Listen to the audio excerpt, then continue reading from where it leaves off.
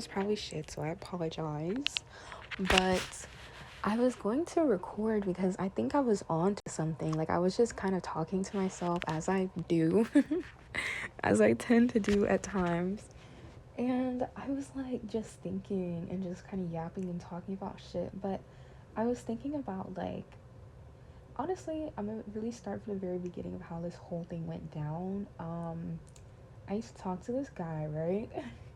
I used to talk to this guy, and like, I don't know, it just started, like, I felt like it was starting to get very serious. So I told him, hey, like, I don't think I'm ready to, like, I know where you're trying to take this, but I don't really want to, like, don't put a ring on my finger, because girl, like, yeah. But honestly, like, I was very confused about it, and I think I probably gave off a very bad, like, wishy-washy vibe, because I just was not sure. But that's the thing, like, I was like, okay, I know I'm not that sure, so I'm not gonna, like, lead you on or anything like that. But anyway, long story short, it's been a couple months since we talked, and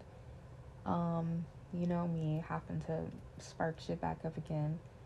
Um, and I just feel like his behavior is just so, like, dry. It's so weird. But I was like, oh my god, like, this is why shit pisses me off, because, like, you, like, can't even, like, it makes me feel like, well, I know people change because, like, they, get hurt and things like that, but, like, I feel like it's like, alright, dude, like, you can't even, like, be, like, none of that energy that you came to me with, you're no longer keeping it, and it makes me feel like, you know, like, damn. But also, I feel like it's probably more, wait, I sneeze. Maybe that's, wait, hold on. Oh my god. No, now that I'm, like, actually going back through that train of thought, I think that sounds, like, very, like, kind of, I don't know, it sounds bitchy, honestly. I hate that.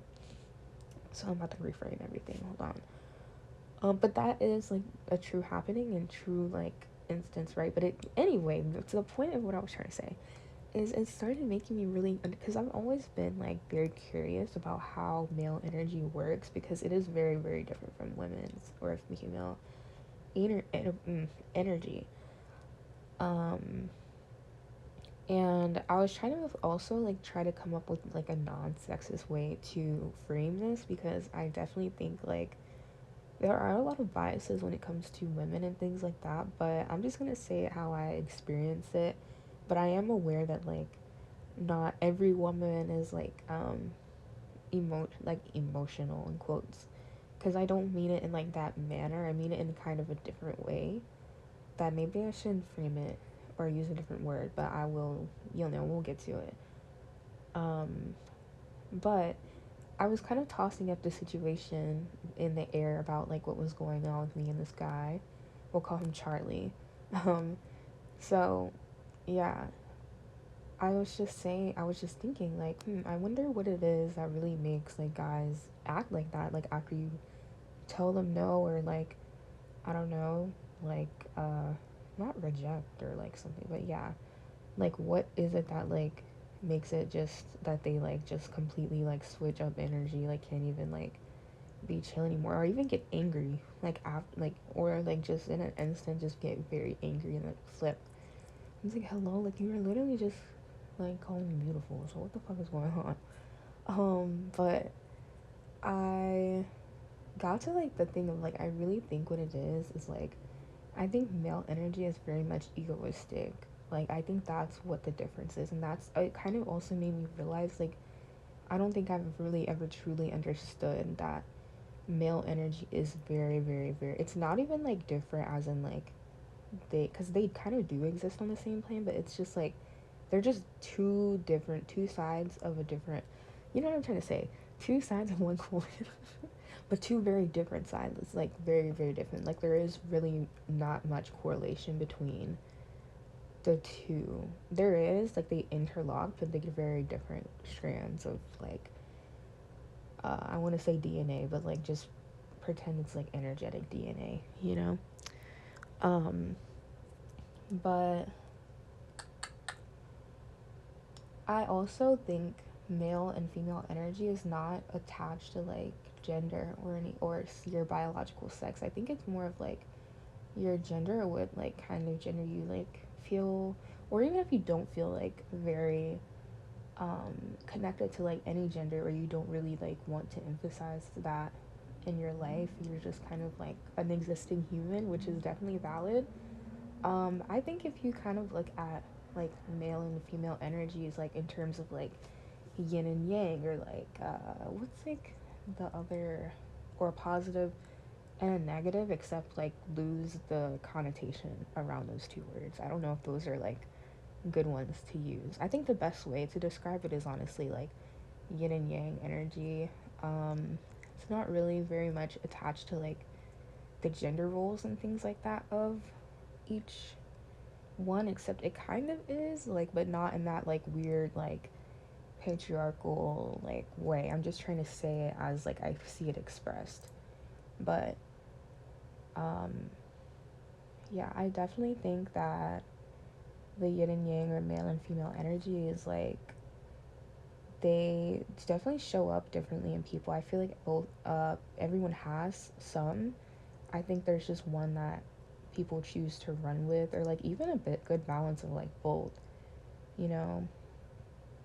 Um but yeah, I do see where like yin and yang energies are very like prominent in people I meet, and it's so distinct. It's so very distinct. Like you can almost always like, if you like, I don't know, it's that's actually a very fun game I like to play. Like I just kind of like to meet people and just like guess a what energy do I think they lean more towards. And I don't know, maybe I'm biased because things I come up with, I usually really tend to run with it, and I like have to remember like, okay, look, like this, like it's very easy for me to like make an illusion like my reality. Like I very much like really attach it to the way of like my schemas and like the way I think the world works.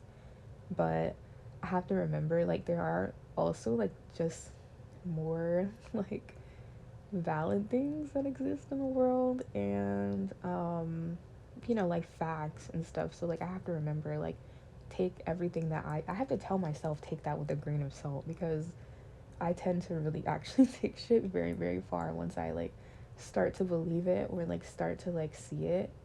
It really like makes me look at things like I would get very stuck. But um anyway, I really like to play like a game where, yeah, when I meet people I try to guess like whatever energy they have, versus like yin and yang. And like I also hate the perception of like yin being what is it? What is the word? Like docile? I don't know if that's like a great word for it, but like I think yin is very much like attached to like this like meeker sort of um presence, but I think it's very misunderstood. I think yin is almost like night and day. I like that way to like describe the male and female. It's like night and day, right? I just, if you just think of like the sun and moon as like these like very prominent beings in the sky, and like how they operate, like the moon, right? It's not, I wouldn't say it's meek. I would say it is very much there, and it's like you just have to like kind of look and see it. But when you do see it, it really like you can, that's, it's the only one that you can really like look at, right? Like you can't really look at the sun for too long or your eyes will fall out or something. Whatever they fucking told us on PBS, I don't even know. um but and then the other thing is like just the presence of nighttime in general. Like what it is, I think it is like, even calm is a strange word for it. I don't even think that's like the word, because there's something about nighttime that, number one, okay, just think of all the different things we think of when nighttime. Like we have rest, we have things like the freaks come out at night. We have a lot of people think deeply in the nighttime, like these little like late night thoughts. Sex is done at night. Most, well, let me not say mostly. Who? What do I know? I'm a virgin. But you know, I feel like things like sexual activities happen more in nighttime, right? People that are unvirgins, let me know if like that's the truth. But and then like what else happens at night? You eat at night, dinner. I feel like people. Okay, whatever. Let me get to the point.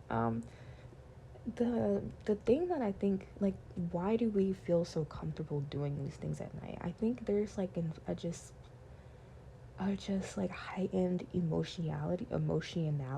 I know that's not a word, but it is today. It's spelled EMOTIONALITY.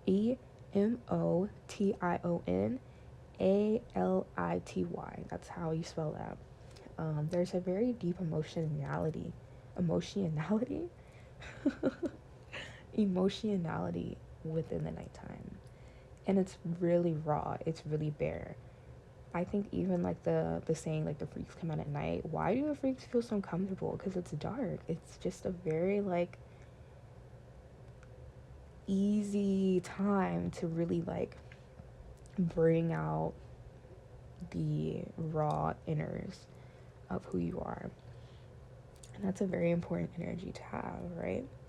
It is calm. It is calm, I think. I think nighttime is very quiet as well.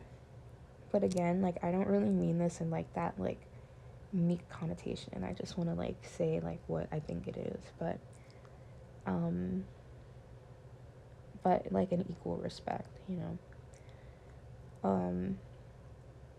It's just a time for reflection as well. Intuition is very strong in the nighttime. It's really cool. It gets cooler in the nighttime. So yeah, just like very like I don't even know. I don't know how else to describe it. Anyway, let's talk about the daytime. And in the daytime, so I'm referring to night as yin energy, which is, very feminine. Now and then what is that attached to? Emotion. Okay. Now I said earlier that I didn't want that to be like connotated as like emotional or like, cause like not in that like just what is it? What is the word, bro? this like bro, you guys are genuinely seeing how I think. Like this is like my brain. Like this is a very like raw stream of consciousness that's coming out of my mouth. But um I don't mean that in like a disrespectful way. I think that's like the closest word I can get to. I'm sure you guys, I just can't put my fucking tongue on that word, but right now maybe I'll think of it later. But I don't mean that with like disrespect or anything. Like don't connotate it in that way. Like that word hysterical. Like I hate that. So other than that, I mean, it's just the emotion aspect, and I feel like that's what people with a very strong feminine energy, and I think that's also the word I was looking forward to earlier. I was trying to I said positive and negative, and I said all this other shit, but like, bro, it was feminine and masculine. That's what I was looking for, bro. I like those words a little bit better, but I think if you have a feminine energy, I just feel like that you will be a person that is very like yeah, it's very easy to access or feel this raw blank energy and space for emotional canvas and like intuitive canvas, spiritual canvas. I like that also a lot better. I think the night brings out like the soul. Like okay, fuck the emotion shit that I just said, because I think that's just a better word for the essence of it. It brings out like the soul of life, you know?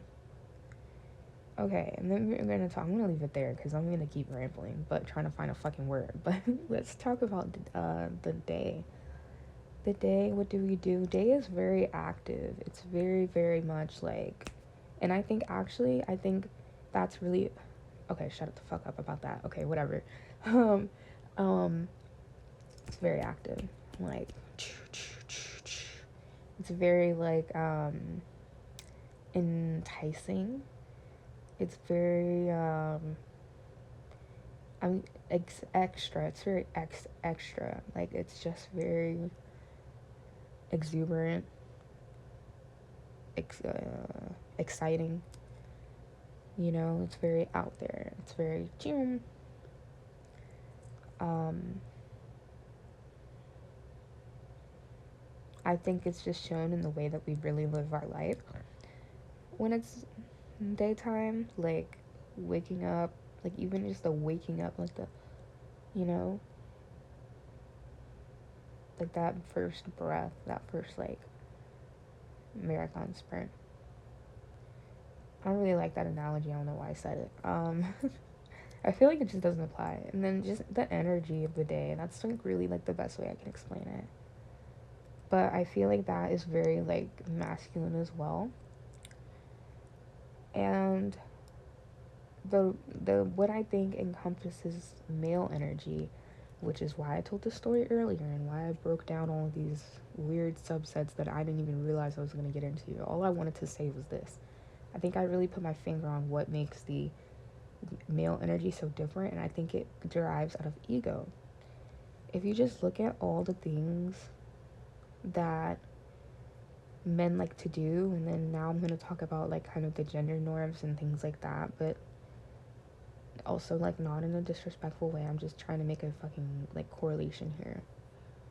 um I think of like the competition. I think of how, like I said, men tend to be upset or like cold after a rejection, or after, like, you know, as opposed to how they were before.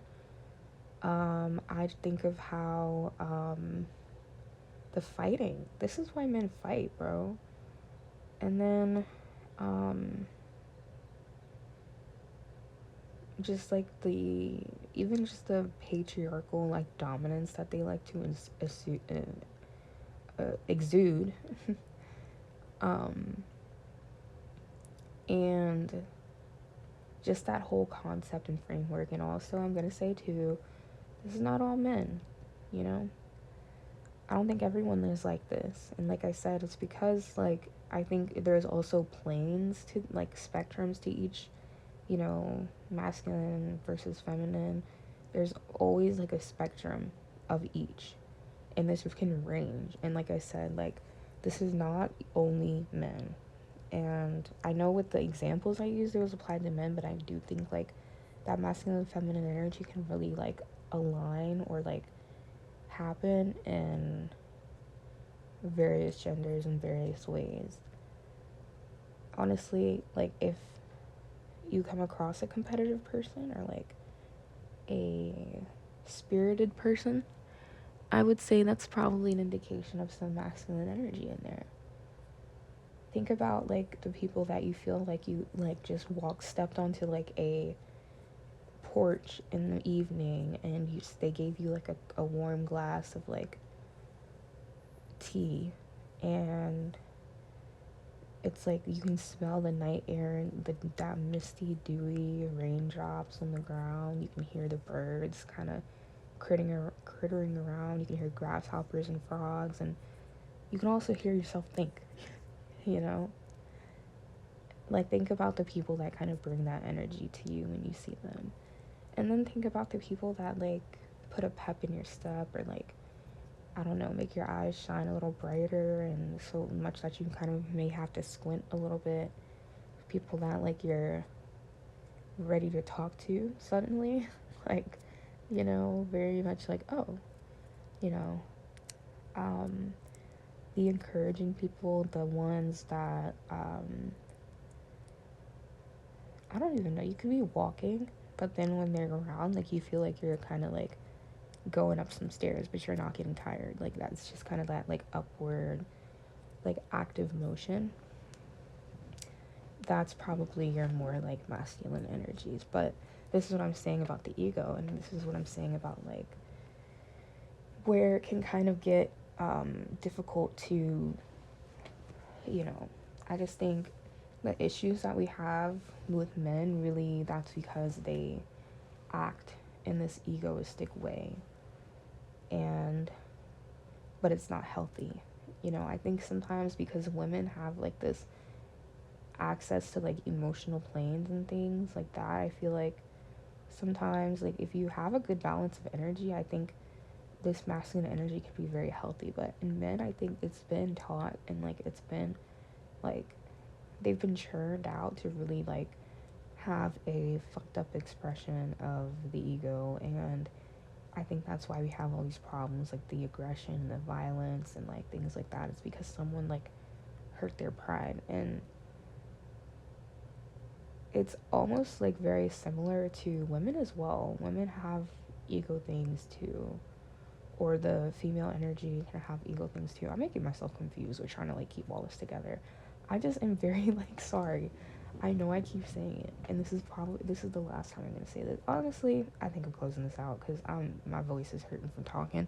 This is 20 minutes long. I've been talking for 20 minutes. Okay, I'm gonna go back to watching American Horror Story. I'm on the episode where BB Bennett is telling them about Andy Warhol's killer and the writer of Scum Manifesto, Valerie Solanas. I think that's like episode 8 or 9 or 7. I think it's actually, yeah, I think it's like episode 7, but it's episode 7 of Cult on American Horror Story. It's actually so good. But, I don't even know what I was gonna get straight. I think I just got myself confused a little bit earlier. But yeah, like I said, I'm kind of done talking about this. Oh, there was one more thing I wanted to say. I wanted to say that, yeah, I'm very careful with, like, I don't know, sexism now. I'm very, like, careful of, like, sexism, gender roles, and, like, putting men, women, like, biologically in boxes, you know, like, because of their biological genitalia, they're supposed to be like this or that. And I never wanted to make it seem like that because I kind of think I'm on the right track, but it does get a little bit hard to sometimes explain. But like, I just think that I think what men and women, like, if you did want to like put it on a biological scale, like that, like, you know, how we express it, the problem is like it isn't always so extreme in everyone. And some people have like more than the other. I do think like masculine and feminine are represented by men and women to some extent, but it's in no way, shape, or form like what we've been taught it's supposed to be. And like I said, like, and what I mean by like one being the other, it's almost like, I don't even know, some people are born with male energy, you know, they just have it, and that's how they were born because that's like how their spirit decided to express itself, you know. um Same thing with women, like, or men as well, like men that have more feminine qualities, women that have more masculine qualities.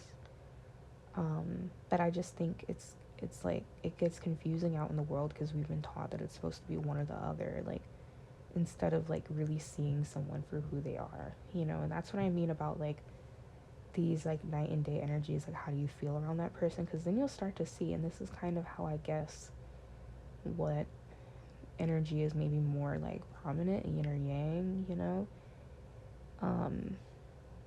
And I leave it open, and also like some people just have both. Like I feel like, honestly, like I'll use myself as an example, I feel like I have very much both. The only way I can describe it is kind of like flipping back and forth, or like mixing a squirrel cake. Like it just presents itself however it wants to, whenever it wants to, and it's really cool. But yeah, so like I can have ego problems like that. I think for me though, I think it's more so honestly think it's very much like wanting to be the best is like sort of that.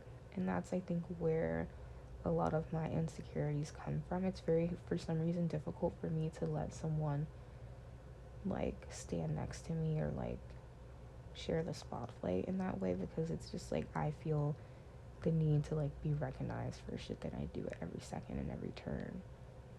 Maybe it's like that bad conditioning from my parents or something like that. But yeah, I have that problem, and I get very jealous too. I'll be very honest here. I feel like that's another like ego thing. When you see someone else like take your space and now you're mad, or like take what you want and now you're like take your favorite toy, or like get more cookies than you, like yeah. It's just like I wanted to do that. I wanted to be first. I wanted to be the best. I wanted to say it first. You know, that kind of thing. I wanted to stand in front. And I feel like that is very much an ego thing.